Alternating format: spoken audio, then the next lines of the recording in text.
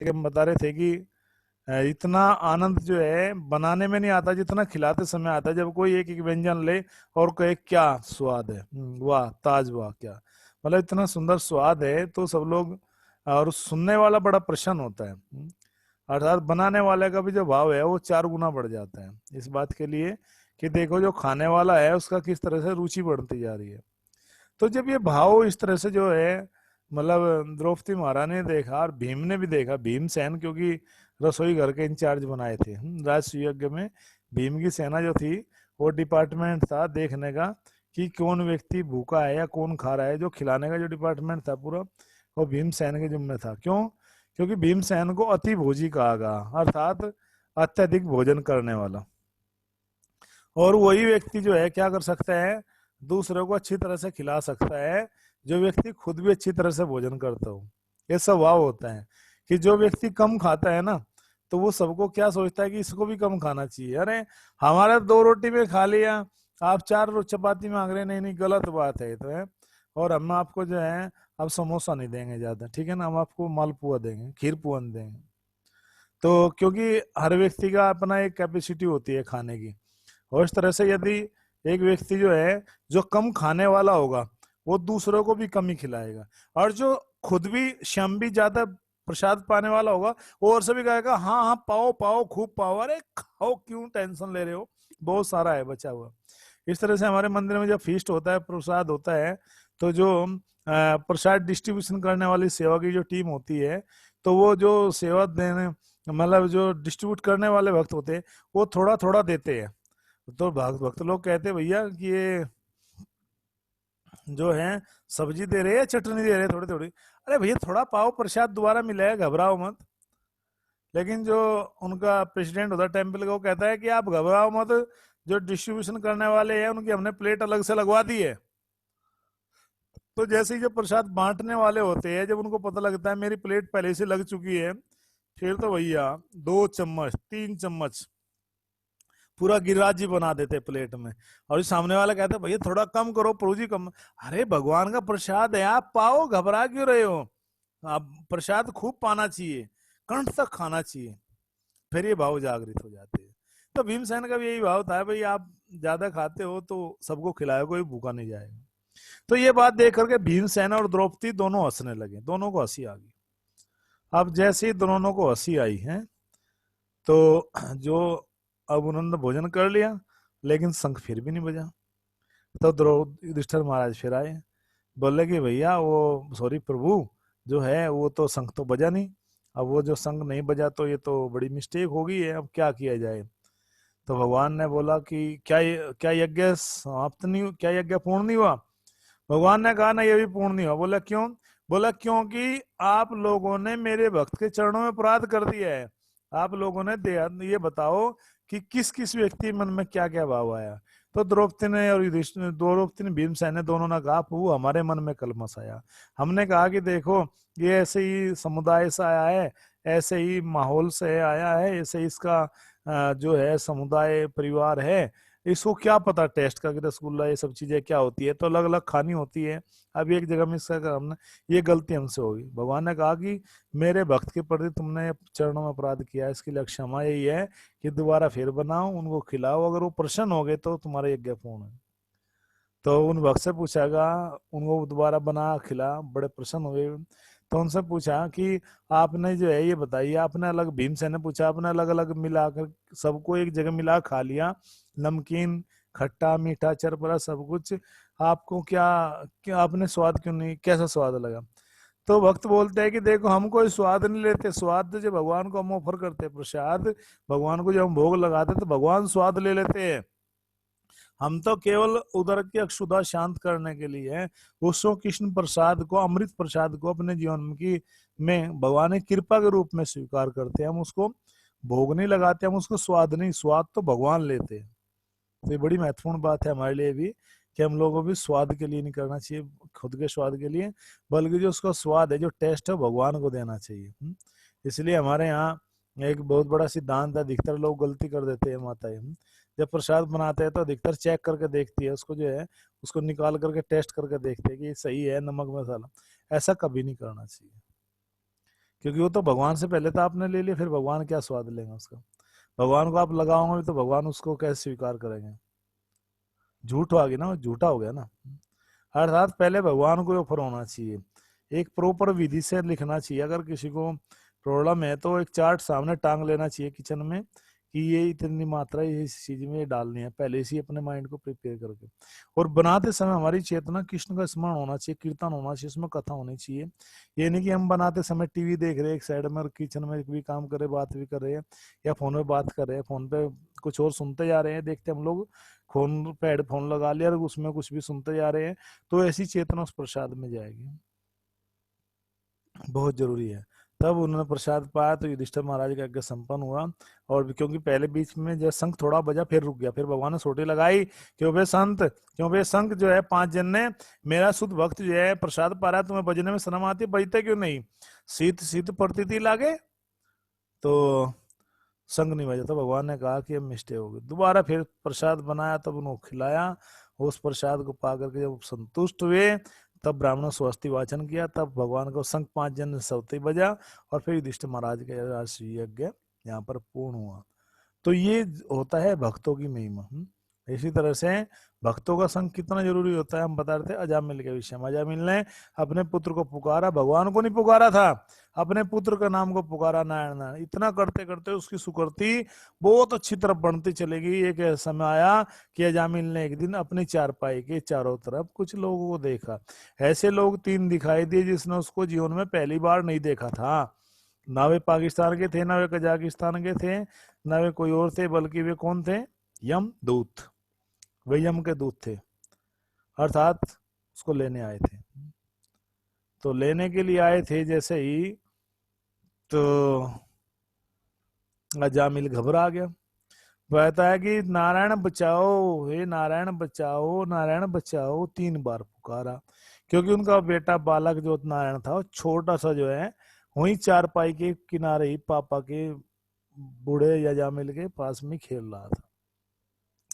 जैसे ही ये यमदूत आकर के उन्हें पकड़ना चाहा, उसकी आत्मा निकालने लगे और जोर से पुकारा भगवान नारायण को, तो तभी वहां पर 3 विष्णुदूत प्रकट हो गए। उनके हाथ बड़े शस्त्र शस्त्र पार्षद जैसे भगवान के जैसे समान दिव्य जो है चमक आ रही थी उनमें से भी। तो जैसे ही उन्होंने पुकारा, कहा कि हे यमदूत रुको, तुम इसको नहीं ले जा सकते हो। यमदूत बोले कि शायद गलत कॉल लग गई है, गलत नंबर मिल गया है। अरे महाराज, इसको ही तो लेने के लिए आए हम लोग, यह जामिल पापी है, इसको ले जाएंगे, इसको दंड देंगे। उन्होंने कहा नहीं, क्या आपने नहीं सुना, इसने अभी भगवान का नाम पुकारा है। तो ये सुन करके जो यमदूत थे वो हंसने लगे। अरे अरे महाराज, कैसी बात करते हो आप? ये व्यक्ति की आसक्ति देखो कि बुढ़ापे में भी है, बच्चे बुढ़ापे में बच्चे जो है इसने उत्पन्न किया, और जो है ये व्यक्ति भगवान को नहीं पुकारा। इसने कितने पाप किए, गणित हजारों हजारों पाप किए, ये तो सीधा नरक में जाएगा भी, इसका वो कुछ नहीं हो सकता। कहा कि नहीं, इसने तो जो है अभी विष्णुदूत बोले, इसने भी भगवान के नाम को पुकारा। बस छोटा सार में बता देते हैं। तो उनका आपस में झगड़ा हुआ, उनको भगा दिया वहां से मारपीट के विष्णुदूतों ने, और जो है अजामिल को जो है ले गए। जब जैसे यमदूत आए गए, पिट गए हैं, अपने स्वामी से बोलते हैं, कहते हैं यमराज जी से, यमराज जी ये बताइए, क्या आपसे भी शक्तिशाली कोई व्यक्ति है संसार में? आपका भी कोई स्वामी है? तो पहली बार यमराज जी ने उपदेश दिया अपने दूतों को। यमराज जी भी उपदेश दे रहे, भागवतम में पढ़ेंगे हम छठे स्कंद में। कह रहे कि हाँ, मेरे से भी श्रेष्ठ व्यक्ति है संसार में। और याद रखना, आगे आगे जब भी आदि किसी के पास आप जाएंगे किसी को लेने के लिए जाएंगे, तो इतना ध्यान रखना कि जिस व्यक्ति के मस्तक पे तिलक हो, गले में कंठी माला हो, और जिसके हाथ में भगवान का नाम हो और मुख में जो है कृष्ण नाम हो, माथे तिलक गले कंठी माला, तो इस तरह से यदि ऐसा भक्त हो जो भगवान का नाम ले रहा हो, उसके पास कभी भूल करके भी मत चले जाना आप, क्योंकि वो मेरी प्रीति में नहीं आता, बल्कि भगवान क्या क्या हो जाता है, वो दूत होता है भगवान के, दूत पार्षद उसको लेने आते हैं, नंद सुनंद पार्षद, वो भगवान का धाम होता है, उसके पास कभी भूल के मत जाना। ये इंस्ट्रक्शन हमेशा याद रखना, बहुत जरूरी है कि कैसे अंतिम समय में भगवान का नाम पुकारते हैं तो उसकी गति होती है। तो यमराज जी ने बहुत सुंदर उपदेश दिया है, बताया कि सृष्टि में हम 12 महाजन लोग हैं जो भगवान को जानते हैं। तो इस तरह से यहाँ पर पता लगता है कि अजामिल ने भगवान के नाम को नहीं पुकारा, पुत्र को पुकारा, लेकिन विश्व सुकृति के कारण अहेतु की कृपा हुई उसके ऊपर, वैष्णवों की, साधुओं की, उसे कारण वो भी जो है क्या बन गया, भगवान का भक्त बन गया। और जो है वो क्या हो गया, पाप कर्मों में प्रवृत्त होने से जो है नरक में जाने से बच गया। किसके कारण, केवल और केवल भगवान के भक्तों के कारण ही ऐसा हो पाया अजामिल के जीवन में। तो इस प्रकार से यदि हम भगवान के भक्तों का क्या करेंगे, संग करेंगे, तो निश्चित रूप से जो है हमारा भी कल्याण होगा। तो यहाँ पर बताया गया है कि जो है अगला जो अध्याय आता है उसमें पांडवों का जो है सामयिक निवृत्ति। अब पांडव लोग जो है युधिष्ठिर महाराज ये सब बात करने पश्चात जो है अब युधिष्ठिर महाराज अपने भाइयों के सहित क्या हो रहे हैं, अब जो है राज्य को जो है रिटायरमेंट ले रहे हैं। समय के रहते हुए रिटायरमेंट ले लेना चाहिए 50 साल की अवस्था व्यक्ति को। जैसे ही उन्होंने जो है रिटायरमेंट लेना चाहा पांडवों ने, तो यहाँ पर सूत गोस्वामी जी कहते हैं कि भगवान श्री कृष्ण के जो महान मित्र है कौन, अर्जुन, महाराज दृष्टि, संसर्गित जिज्ञासु किसी के भी अतिरिक्त जो है बहुत अधिक वे क्या थे, शोक में डूबे हुए थे। इस प्रकार शोक से अर्जुन का मुंह जो था वो कमल के समान सूख गया था। उस अर्जुन की शारीरिक कांति भी चली गई थी। भगवान का स्मरण करने से उनके मुख से एक भी शब्द नहीं निकल पा रहा था, वो केवल रो रहे थे। उसने बड़ी कठिनाई से भरे हुए अपने आंखों के आंसू को रोका अर्जुन ने, और जो है क्योंकि अब उसकी आंखों से भगवान श्री कृष्ण ओझल हो गए थे, क्योंकि अर्जुन का भगवान के साथ में बहुत गहरा स्नेह था। उस स्नेह के कारण भगवान के शुभकामना, आशीष, घनिष्ठ पारिवारिक संबंध और भगवान ने जो रथ हाँका था अर्जुन का, इन सब बातों को अर्जुन का जो है गला बताते गला रुंध गया, भर गया, बोल नहीं पाए, आंखों से आंसू निकलने लगे। ये सब बातें उनको अर्जुन को स्मरण होने लगी। तब अर्जुन ने कहा, प्रयास करे किसी तरह से बोलने का प्रयास किया, कहता है कि हे राजन, मुझे अपना घनिष्ठ मित्र मानने वाले भगवान श्री हरि ने अब मुझे अकेला छोड़ दिया है। इस तरह से जो मेरा प्रबल पराक्रम जो था, जो देवताओं को भी चकित करने वाला था, जो देवता भी चकित हो जाते थे, देवता भी मेरे सामने टिक पाते थे, अब वो नहीं रहा मेरे पास में। मैंने कभी ऐसा साहस नहीं खोया था जिनके अक्षण मात्र वियोग से सारे ब्रह्मांड प्रतिकूल शून्य हो जाएंगे। इस तरह से मेरे शरीर से क्या हो गए, प्राण निकल गए हैं। मेरा शरीर दिखाई दे रहा है लेकिन उसमें चेतना नहीं रही है, क्योंकि वो चेतना कृष्ण जो है चली गई है। उनकी कृपा में शक्ति के कारण ही मैं उन समस्त कामोन्नत राजकुमारों को परास्त कर सका। भगवान की शक्ति के कारण ही मैं सकुर पहुंच पाया। और राजा द्रुपद के महल में शंवर के अवसर पर, राजा द्रुपद हैं जो है, सब लोग बड़े बड़े महारथी लोग एकत्र हुए थे। अपने धनुष बाण से मैं मत्स्य, जो मछली का था जो आंख थी, उसका भेद कर सका और द्रौपदी का पानी ग्रहण कर पाया, अर्थात द्रौपदी को मैं जो है जीत पाया। ऐसे बड़े बड़े राजा महाराज, बड़े बड़े जो है योद्धा आए थे द्रुपद के सभा में, लेकिन कोई भी मेरे सामने नहीं टिक पाया था। क्यों नहीं टिक पाया था? क्योंकि उस समय भगवान मेरी सहायता कर रहे थे। ये भगवान मेरे साथ में उपस्थित थे, उनकी कृपा के कारण, उनकी उपस्थिति के कारण ही ऐसे में महान जो है असामान्य पराक्रम कर पाया था। और वे मेरे निकट थे तो वे अत्यंत शोकपूर्ण शक्तिशाली राजा इंद्रदेव, उनके पार्षद सहित उनको जीत पाना मेरे लिए संभव था। मैं उनको जीत पाया। इस तरह से अग्निदेव खांडा वन में को मैं पूरा विनष्ट कर पाया, पूरा जला, खांडा परस्त जला दे था, क्योंकि उन्हीं की कृपा से मैं नामक असुर को जलते हुए खांडा वन से मैंने बचाया था। जब पांडवों को खांडा परस्त मिला, ये जो इंद्रप्रस्थ है दिल्ली का क्षेत्र, ये पूरा यहाँ झाड़ी झाड़ थे, जंगल ही जंगल थे। तो जब क्षेत्र मिला था, धृतराष्ट्र ने दिया था हस्तिनापुर के अलावा तुम इंद्रप्रस्थ ले लो, इससे बसाओ, तो उस पूरे जंगल में आग लगा दी थी। तो उस समय वहां पर एक मैं नामक राज जो तो क्या था, असुर रहता था, राक्षस रहता था। जब वो जलने लगा तो अर्जुन ने उसकी रक्षा की। जब उसकी रक्षा की, उसके प्राण बचाए, तो अर्जुन के इस पराक्रम से वो जो मैं नामक असुर था, राक्षस था, वो बड़ा प्रसन्न हुआ। उसने कहा कि बताओ क्या वरदान चाहिए। और इस तरह से आश्चर्य में शिल्प कला वाले जो है, फिर अर्जुन ने कहा कि हमें यहाँ महल बनाना। उसने कहा घबराओ मत, मैं महल बना। तो उसने मैं नामक असुर ने बहुत सुंदर महल बनाया था। वो सब भी मैं किसके कारण कर पाया था? भगवान श्री कृष्ण के कारण। जहां राज सुयज्ञ के समय समान सारे योद्धा एकत्र हुए थे और उन सबका हमने बड़ा जो है प्रेम का आदान प्रदान किया। ये महान यज्ञ भी उन भगवान की कृपा के कारण, उनकी उपस्थिति के कारण ही संपन्न हुआ पाया। 10,000 हाथियों का बल रखने वाले मेरे जो है भगवान की कृपा के कारण ही जो है भीमसेन जो है जरासंध को मार पाए थे। और जिनकी पाद पूजा सबसे पहले राजाओं में भगवान की ही सबसे पहले अग्र पूजा की गई थी राजसू यज्ञ में। ये सारे राजा जरासंध के महाभैरव यज्ञ में बलि चढ़ाने के लिए लाए गए थे, किंतु उनको छोड़ दिया गया। बाद में उनका आधिपत्य स्वीकार कर लिया गया था। कुछ राजाओं की भी एक अलग कहानी है, किस तरह से जरासंध ले आया था उनको मारने के लिए, लेकिन वो भगवान की कृपा से ही बच पाए थे। उन्होंने ही उन दुष्टों की पत्नी के जो है क्या किए, बाल खोल दिए, जिन्होंने आपकी महारानी द्रौपदी की उस चोटी को खोलने का दुस्साहस किया था।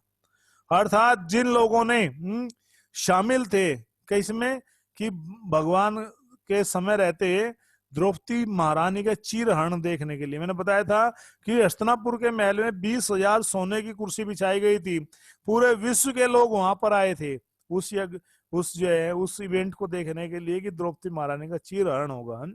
और जिन जिन लोगों ने भी जो है प्रयास किया था, दुशासन ये सब लोग, कि उन्होंने द्रौपदी महारानी की चोटी खोलने का प्रयास किया था, अर्थात उनको जो है उनकी बेइज्जती करनी चाहिए थी, तो भगवान की कृपा से ही वो सब मारे गए और उनकी स्त्रियों के भी बाल खुल गए। बाल खुलने मतलब होता है उनकी स्त्रियां क्या होगी, विधवा होगी। जब विधवा होती है तो बाल खोल देती, इस तरह से ये ऐसा माना जाता है, ऐसा होता है। तो उनकी स्त्रियों के भी जो है पत्नियों के भी बाल खुल गए, किसी कारण, भगवान के कारण। जो महान राज्य सूर्य के अनुष्ठान के अवसर पर सुंदर ढंग से सजाई और पवित्र की गई थी, है आंखों में आंसू भर करके इस प्रकार से द्रौपदी महारानी श्री कृष्ण के चरणों में गिर गई थी अपनी रक्षा करने के लिए। और हमारे वनवास के समय 10,000 शिष्यों के साथ भोजन करने के लिए आए थे। कौन? दुर्वासा मुनि जी। हमें भयावह संकट में डालने के लिए हमारे शत्रुओं ने जो मिलकर एक बड़ी चाल चली थी, उसी चाल को भगवान श्री कृष्ण ने अपनी कृपा से क्या कर था, विफल कर दे था। और जो है जितने भी साधु संतों की मंडली थी मुनियों की, वो सब भोजन करने से पूरी संतुष्ट हो पाई थी। और वे ही नहीं, केवल साधु पुरुष नहीं, बल्कि तीनों वो लोगों के प्राणी जो है, तीनों लोकों में जो प्राणी थे उन सबके पेट भर गए थे, संतुष्ट हो गए थे। ये किसके कारण हो पाया था? भगवान श्री कृष्ण के कारण ही। और उन्हीं के प्रताप के कारण एक युद्ध में मैं शिवजी और उनकी शिवजी और उनकी जो पत्नी पार्वती है, परतुराज हिमालय की जो कन्या है, उसको मैं आश्चर्यचकित करने में समर्थ था। अर्थात उनको प्रसन्न करके मैंने उनके निजी अस्त्र प्रदान किया था। शिवजी ने पशुपास्त्र अस्त्र दिया था अर्जुन को, और बड़े बड़े और भी जो है सुंदर जो है क्या दिए थे, उपहार दिए थे। इसी समय वर्तमान शरीर में मैं स्वर्ग तक पहुंच जा चुका, जहां मुझे आधे ऊंचे आसन पर बैठने के लिए दिया गया। भगवान की कृपा के कारण ही अर्जुन स्वर्ग में चले गए थे सह शरीर। इस संसार में कोई सह शरीर स्वर्ग में नहीं जा सकता। जैसा कि साइंटिस्ट लोग कहते हैं कि हम चंद्रमा पे चले गए, चंद्रमा आपकी जानकारी के लिए वो देवता लोग का ग्रह है, तो वहां पर कोई प्रवेश नहीं कर सकता। लेकिन मैं गया, किसके कारण? भगवान की कृपा के कारण। कह रहे कि जब मैं स्वर्गलोक में अतिथि के रूप में कुछ दिन वहां पर रुका, तो इंद्र समेत स्वर्ग के अन्य जो समस्त देवता थे, निवात कवच नामक असुर को मारने के लिए गांडीव धारण करने वाली मेरी भुजाओं का उन्होंने आश्रय लिया। अर्थात मैंने एक निवात कवच नामक एक असुर का जो है वध किया था। किसकी रक्षा के लिए? देवताओं की रक्षा के लिए। हे आजमीड़ एक राजा है, उसके वंशज है युधिष्ठिर महाराज, मैं पूर्ण पुरुषोत्तम भगवान श्री कृष्ण से अवीन हो गया हूं। मैं उनके प्रभाव के कारण ही इतना जगत में शक्तिशाली था। और कौरवों की सैन्य शक्ति उस समुद्र की तरह थी, है। कौरवों की जो सेना थी समुद्र महासागर के समान थी, जिधर देखे थे वहां पर सेना ही सेना दिखाई देती थी, है, जिसमें अनेक प्राणी थे। फलते ये सब दुर्लभ थी, उसको लांग पाना बड़ा मुश्किल था, उनको जीत पाना संभव नहीं था। किंतु उनकी मित्रता के कारण मैं उस रथ पर आरूढ़ हुआ और उसको पार कर सका। और उनकी कृपा के कारण मैं उन सब जो है, जो राजा की जो है जो गायें जो उन्होंने क्या कर ली थी, अपहृत कर ली थी, उन सब गौओं को वापस ला सका। और बलपूर्वक राजाओं के तमाम मुकुट एकत्र कर सका, अर्थात उन सबका मैं वध कर सकूं जो समस्त तेज के श्राद्ध रत्नों से जड़ित रत्न थे। उन सबको भी मैं इसलिए ला पाया था सब कौरवों के, क्योंकि जो है मैं मेरे पास में बल क्या था, जो है भगवान के द्वारा दिया गया बल था। और वे एकमात्र सबों की आयु को छीन ली थी, उन्होंने ही सब लोगों की आयु क्या कर ली थी, छीन ली थी। और युद्ध भूमि में देखा हमने भीष्म, कर्ण, द्रोण, शल्य इत्यादि कौरवों द्वारा निर्मित चतुर्युगी जो कल्पना उत्साह को हर लिया गया था उनकी योजना में, क्योंकि श्री कृष्ण योजना बनाने में बड़े एक्सपर्ट थे और उनकी कृपा के कारण ही मैंने बढ़ चढ़ करके इस युद्ध में जो है अपना कौशल प्रदर्शन कर पाया, अपनी कौशलता का। भीम, द्रोण, सॉरी भीष्म, द्रोण, कर्ण, भूरि सर्वा, सुशर्मा, शल्य, जय, दर्द, बरहिक बड़े बड़े सेनापति अपने अपने अचूक हथियारों पर को लेकर के मेरे ऊपर टूट पड़े थे, लेकिन भगवान श्री कृष्ण की कृपा के कारण वे मेरा बाल भी बांका नहीं कर पाए। और इसी प्रकार जैसे नरसिंह देव भगवान ने परम भक्त प्रहलाद महाराज की है असुरों से बड़े बड़े अस्त्रों से क्या की थी, रक्षा की थी, इसी तरह से जो है क्या भगवान के होते हुए भगवान ने भी मेरी इन बड़े बड़े अस्त्रधारी योद्धाओं से मेरी रक्षा की। और ये उन्हीं की कृपा के कारण था। जब मैं अपने प्यासे घोड़ों के लिए जल लेने के लिए नीचे उतरा था तो मेरे शत्रु ने मुझे मारने की परवाह न की, तो भी प्रभु ने मेरा ये उनके प्रति सम्मान ही था। और सारथी, क्योंकि मैंने उनको सारथी बनाने का भी दुस्साहस किया था, और जबकि संसार के लोग उनको, मैंने देखो कैसा कार्य कि उनको सारथी बना अपने रथ का। संसार के लोग तो उनसे मोक्ष और जो है पूजा और श्रेष्ठ जो है करना चाहते हैं भगवान, लेकिन उन्होंने फिर भी कितने सरल हृदय के भगवान हैं कि उन्होंने फिर भी मेरा सारथी बनने का जो है प्रस्ताव स्वीकार किया, अर्थात तो मेरे सारथी बने। तो बताते हैं कि जब सारथी का जो मैंने तो बताना चाहता, मैं बता देता हूँ। तो जो सारथी जो होता था, इतना बहुत शोर शराबा होता था उस समय, बड़ा भयानक। युद्ध में ये नहीं पता था कि लेफ्ट चलना राइट चलना, तो अर्जुन क्या करता था कि इस साइड में जो चलना था लेफ्ट साइड में, तो यहाँ पर कंधे पर भगवान के अपने जूते मारा था, पैर से ठोकर मारा था, पैर ऐसे मारा था, चाप पैर पैर मारा था, अर्थात ये संकेत था इस दिशा की ओर। जब इस कंधे पे ऐसे मारा था अर्जुन इतने शोर में, तो इस तरफ मुड़ना था रथ को।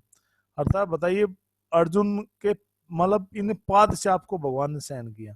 बाद में जब देखा तो घाव हो गया था भगवान के यहाँ पर, क्योंकि इतने भयानक तरीके से जो है चाप पड़ते थी। आगे सामने से अनेक योद्धा जो है सामने डायरेक्ट भगवान के ऊपर ही बाण चलाते थे। भगवान ने उनको सहन किया। रात्रि में जो है घोड़ों की भगवान जयास्तबल में जाकर के सेवा करते, उनके हाथ उनको पैरों को जो है घोड़े थक जाते उनको दबा देते अगले दिन, क्योंकि युद्ध में चलना है। तो वे भगवान जो है उन्हीं कृपा के कारण है मैं, हे राजन महाराज युधिष्ठिर, उनके प्रियहास तथा उनकी मुक्त बातें अत्यंत सुहावनी थी सौंदर्य से, क्योंकि वे अद्भुत सौंदर्य से, उनकी बातें श्री कृष्ण की जो बातें हैं वो अद्भुत सौंदर्य से अलंकृत होती थी हैं। हे पार्थ, हे सखा, हे कुरुनंदन, ये कह करके उनका मुझे पुकारना है। कुरुवंश कुरुनंदन कहते थे मुझे, हे पार्थ, हे सखा, हे भारत है, उनकी समस्त सहृदय की अब मुझे याद आ रही है। अब मैं बहुत अधिक व्याकुल हो चुका हूं, क्योंकि हम संभवतः दोनों एक साथ ही रहते थे, सोते थे, एक साथ बैठते थे, घूमने जाते थे और बहादुरी कार्य के लिए एक दूसरे की प्रशंसा करते थे। कभी कभी यदि कोई भूल होती थी तो मैं यह कहकर के उनको चिढ़ाया करता था कि हे मित्र, तुम तो बड़े सत्यवादी हो। भगवान को चिढ़ाते।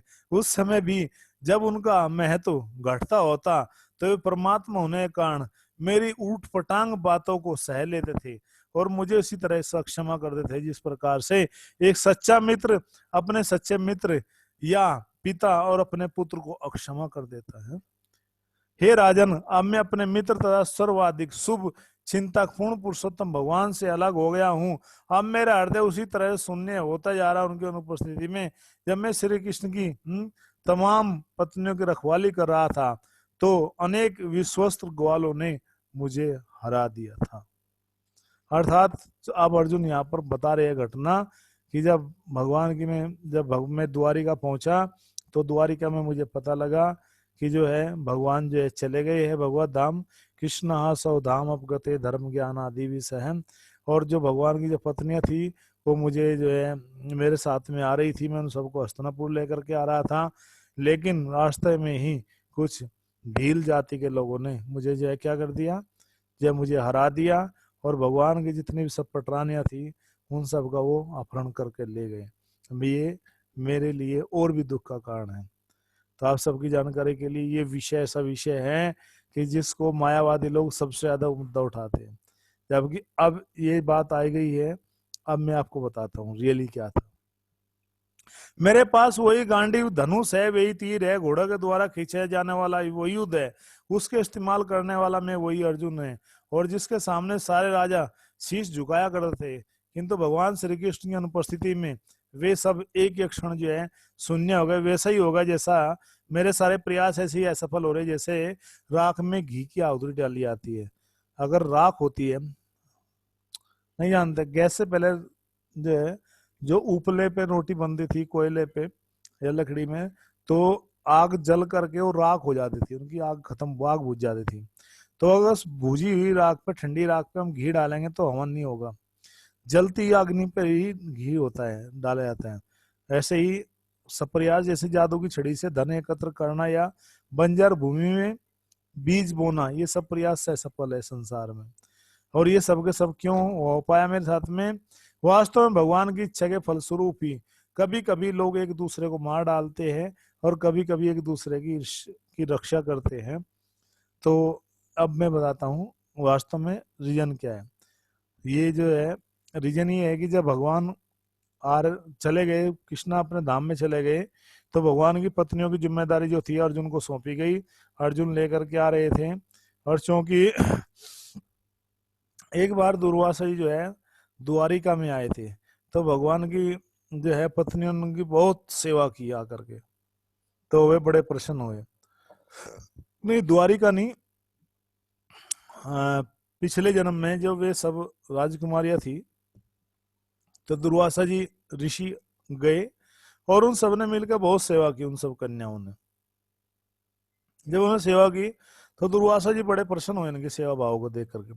दुर्वासा जी ने कहा कि मैं आप लोगों की सेवा से बहुत प्रसन्न हूँ। हे बेटियों पुत्रियों, मेरा आशीर्वाद है कि तुमको पति रूप में भगवान मिले। तो ये बड़ी प्रसन्न हो गई, बोले वाह कितना सुंदर वरदान है, हमें भगवान हमारे पति, हम उनकी पटरानी बनेंगे और वे हमारे स्वामी बनेंगे। लेकिन जैसे ही दुर्वासा जी चलने लगे, तो उनके थोड़ा शरीर को देख करके वे थोड़ा चलते थे दुर्वासा जी इस तरह से, तो उनकी हंसी छूट गई, वे हंसने लगी। तो ये देख करके दुर्वासा जी को क्रोध आया। दुर्वासा जी ने कहा कि तुम्हें भगवान तो जरूर मिलेंगे, लेकिन बाद में तुम्हारा भगवान जैसे अपने धाम में चल जाएंगे तो तुम्हारा अपहरण कर ले जाएगा। अब ये सुनकर के बेचारी रोने लगी कि ऋषि जी हमसे गलती हुई, हमसे अपराध हो गया, हमने आपके प्रति ऐसे जो है अपराध कर दिया, हमारी गलती की क्षमा करो, हमें क्या करें, अब हमें कुछ रास्ता बताओ। तो दुर्वासा ने कहा घबराओ मत, भगवान ही भील के रूप में आकर के तुम सबको जो है अपहरण करेंगे।